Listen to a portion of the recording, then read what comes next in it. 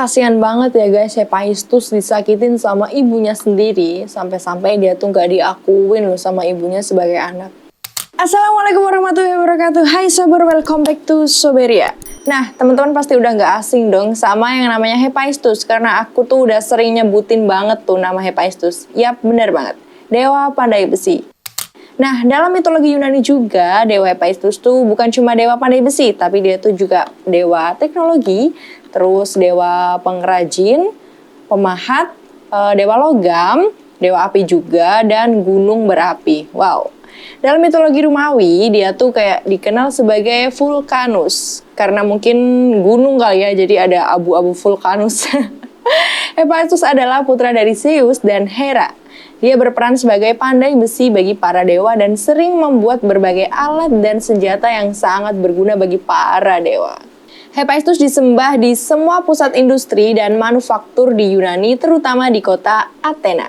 Bengkel dan pusat pemujaannya berada di Pulau Lemnos. Simbolnya adalah palu, landasan besi, terus penjepit.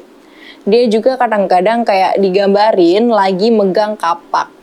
Ada kuil Hephaestus yang terletak di dekat Agora di kota Athena. Dia adalah dewa yang pincang.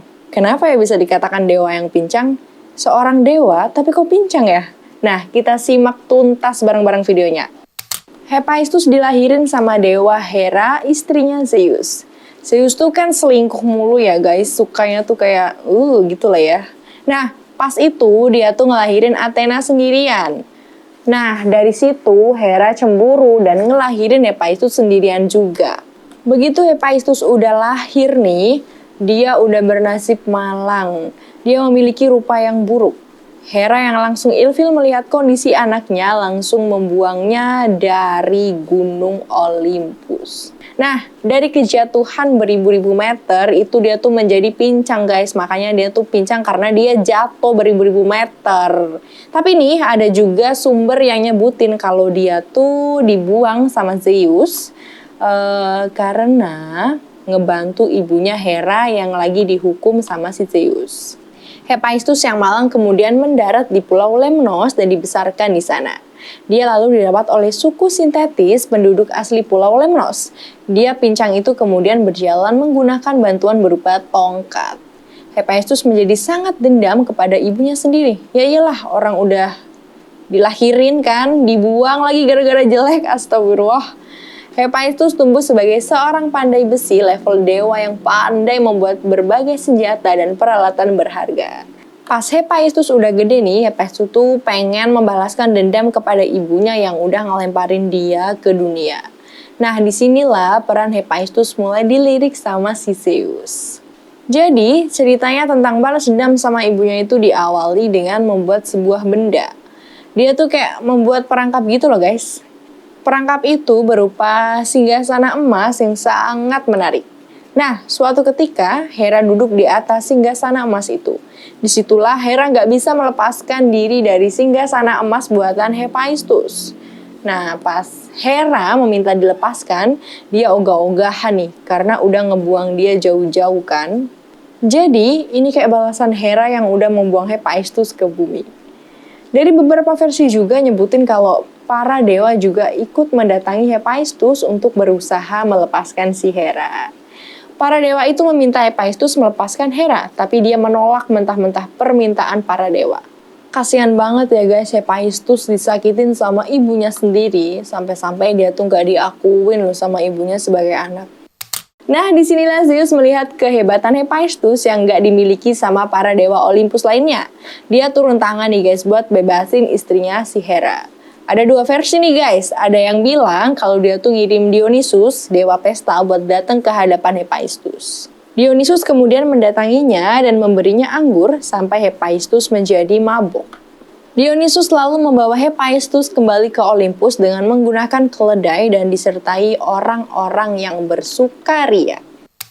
Dalam lukisan-lukisan tersebut, adanya para penari dan rombongan Dionysus yang memandu keledai menunjukkan bahwa prosesi itu adalah bagian dari perayaan Ditorambos yang merupakan pelopor dari drama satir di kota Athena pada abad ke-5.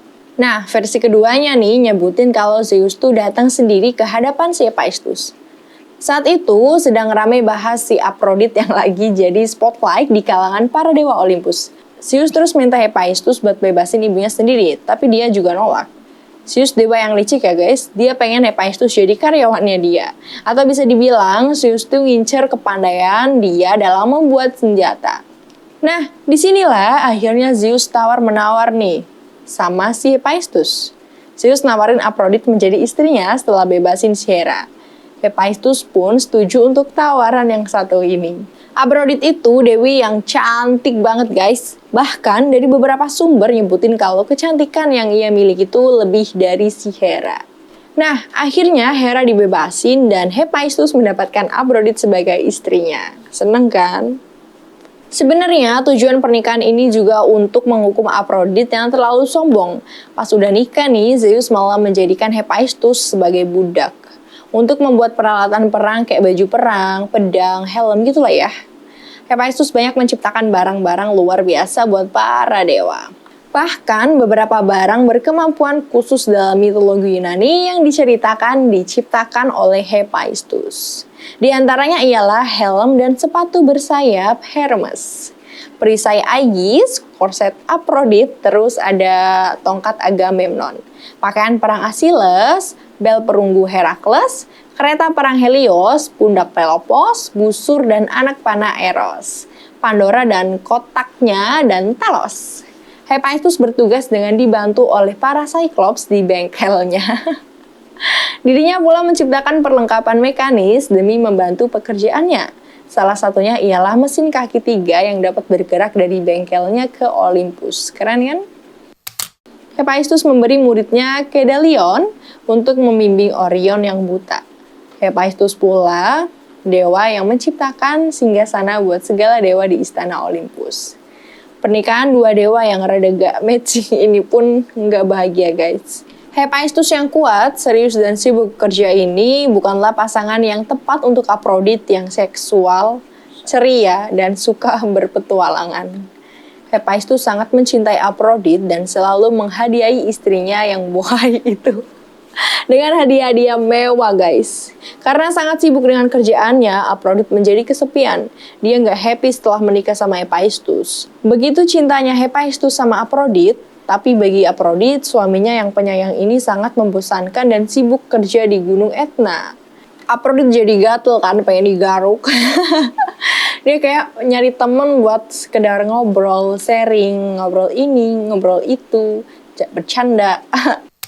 Oh iya, menurut Virgilius, pernikahan mereka berdua menghasilkan anak yang bernama Eros atau Cupid, dewa cinta, tapi cuma Virgilius aja sih yang bilang gitu. Yang lainnya nggak ngasih statement kalau dia punya anak sama si Aphrodite. Bilangnya nggak cinta, tapi punya anak. Nah, kemudian dia melihat dewa Ares yang baru aja pulang dari perang. Ares yang macho, yang keren, yang punya perut kayak roti sobek, kelihatan banget kan kalau dia sering fitness, menggugah Aphrodite yang haus kasih sayang. Ares yang terpikat dengan kecantikan Aphrodite kemudian memulai pertemuan terlarang dengan si Aphrodite. Mereka tuh selingkuh guys. Perselingkuhan mereka berjalan lancar tanpa ketahuan sama suaminya. Hephaestus karena prinsip dia kayak papa kerja mama shopping, anjay. Perselingkuhan itu terjadi setiap hari saat Hephaestus pergi kerja. Disitulah istrinya senang sama orang lain.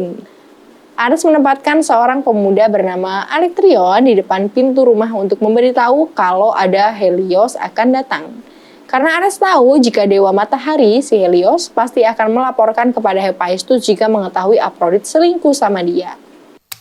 Nah, di tengah asiknya suasana senam, Alectryon tertidur karena ular Hypnos, dewa tidur. Dia kayak udah curiga gitu loh, setiap Hephaestus keluar, giliran si Ares yang masuk. Nah, kecurigaan itu akhirnya membuat dia menghipnotis Alectryon dan membuatnya bobo. Bobo pulas guys. Karena udah nggak ada yang ngejaga rumah, Helios berhasil mengintip perbuatan mereka. Dengan cepat, Helios melaporkan apa yang dilihatnya kepada Hephaestus. Mendengar pengaduan Helios, Hephaestus nggak serta-merta naik darah. Dia malah merajut sebuah jaring yang hampir transparan secara diam-diam. Hephaestus menebar jaring tersebut dan merangkap kedua pasangan gelap di dalamnya. Aphrodite dan Ares tidak bisa bergerak karena jaring yang dibuat Hephaestus. Tidak sampai di situ aja nih guys, Hephaestus memanggil seluruh dewa Olimpian untuk menyaksikan adegan kotor tersebut. Semua dewa mencaci maki perbuatan mereka. Beberapa dewa malah bergurau kalau mereka rela bertukar posisi dengan Ares, karena kagum akan kecantikannya si Aphrodite. Akhirnya, melepaskan jaring tersebut karena udah merasa puas dengan tindakannya. Dengan perasaan malu, Aphrodite pun lari dan pergi ke Paphos. Sementara Ares sendiri, dia sangat marah, mengutuk Alectryon jadi ayam jago, karena lalai akan tugas yang diberikannya. Nah, disinilah asal-usul ayam jago yang selalu berkokok pada pagi hari. Baru tahu kan?